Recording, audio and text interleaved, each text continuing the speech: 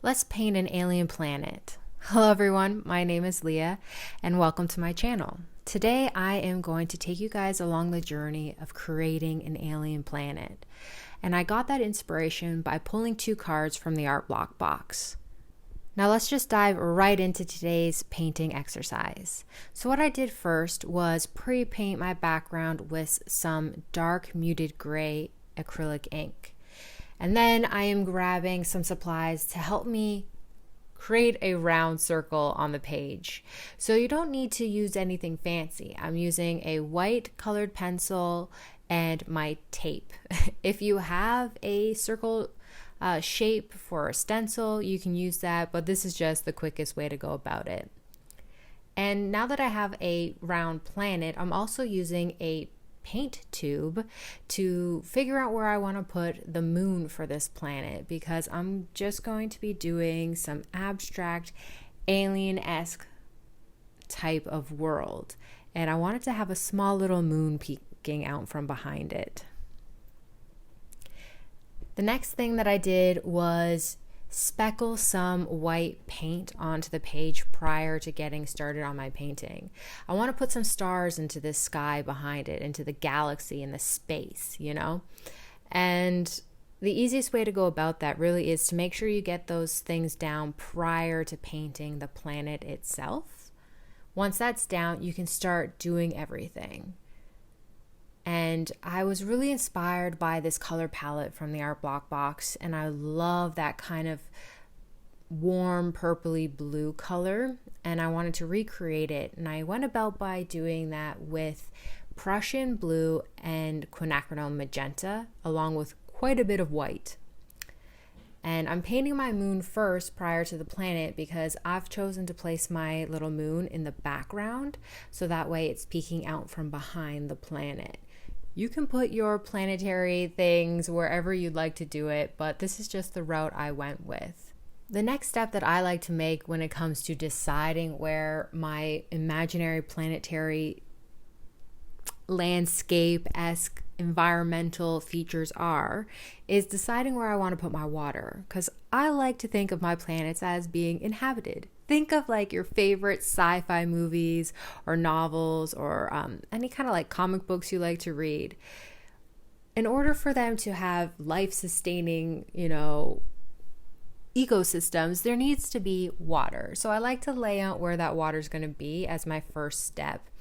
Because usually when I'm doing this kind of exercise and I'm painting these kind of imaginary worlds, I always paint my water in a flat manner. So it's more of it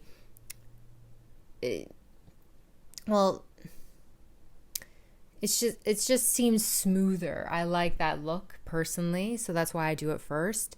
And now the next step, once I've placed it, is just to fill in the rest of the planet with a base color. That way, when I'm painting on all my other elements, there's kind of some sort of thing poking out from behind my layers of paint versus having it being the background, the space where all the sky and the stars are peeking out from.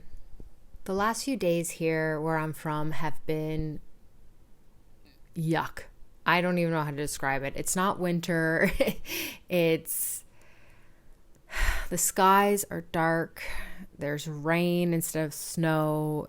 It's bleak. It's a depressing kind of weather. And rain can be warm and snuggly and great when you're inside wrapped in a blanket reading your favorite book. But this weather lately has just been not that kind of weather.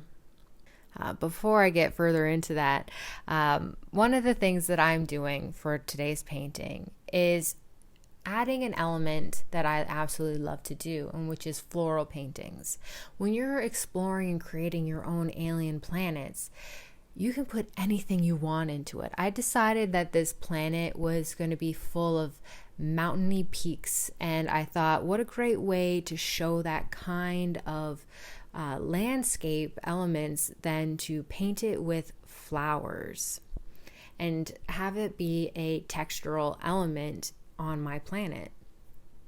Which is why my next step is to paint down florals and layer down highlights and shadows and things like that. And I'm going to use a variety of colors too, because I not only want to show where maybe some of the mountains are higher or lower, but also different regions might have different types of geographical elements, like the stones and the grass and the dirt might have a different color tone to it, just like they do here on Earth. And so some areas of these mountains are going to be painted with a different type of pink, where the others are going to be used with a maybe lighter, whiter pink.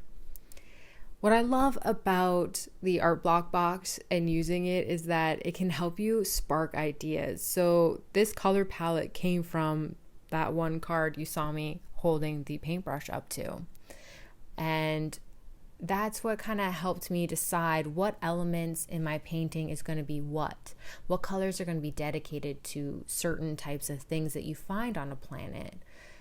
Like right now, I'm decided that perhaps my planet shouldn't be just mountains. Maybe I need some flatter area.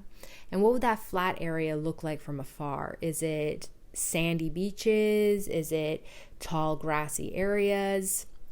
And so I start playing around with this idea of what kind of texture would it look like from afar and what colors should I associate it with it. And right now you can tell that I'm like, nope, this color looks too much like the mountains. It blends too much in. So I need to fix it. And I do. I go in, I add more pink to it.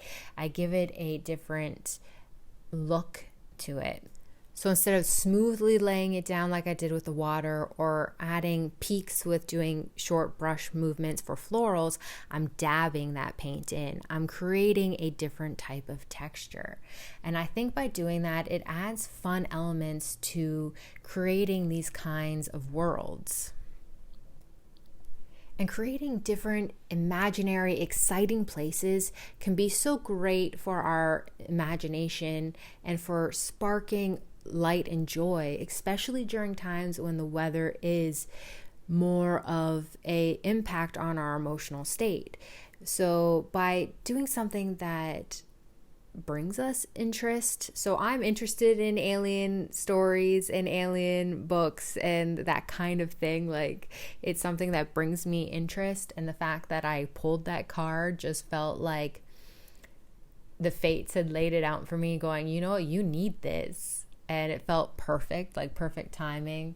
So I was able to just focus on creating a world in my mind while I'm creating and painting. I think you guys should try that. If you haven't done it already before, if it's something that you don't even maybe think to do, or maybe you've tried it before and it just didn't work, I don't know. But try it again. Think of something that you absolutely love when you're creating your planet. What's a thing? If you're a Jane Austen fan, if Jane Austen novels were a planet in themselves, what would it look like? What elements of that story do you love that you could put into the planet itself to create geography and planetary thingies and, things that can give it life? Art is meant to be enjoyed. It can be so many things than just perfection and replication or emoting emotions. It can be expressing your joy or putting something into it that brings you joy. Art can be fun. And by creating a planet that is an imaginary world can be fun. And I think it's a great exercise to do during times when you need to add that joy into your life. If you're interested in the Art Blox Box and learning more about it, it's a deck of 82 cards that I've created and I have currently listed on Kickstarter. I have a link to it in the description below. If you'd like to create your own planetary system, please do. And if you feel comfortable sharing it, tag me in it on social media. If you have any comments or questions, please let me know in the comments section below. Healing with art and the joy of art is what I like to share here on YouTube. If you're interested in that, please hit the subscribe button. Thank you so much for watching this video, and until next time, everyone, stay magical.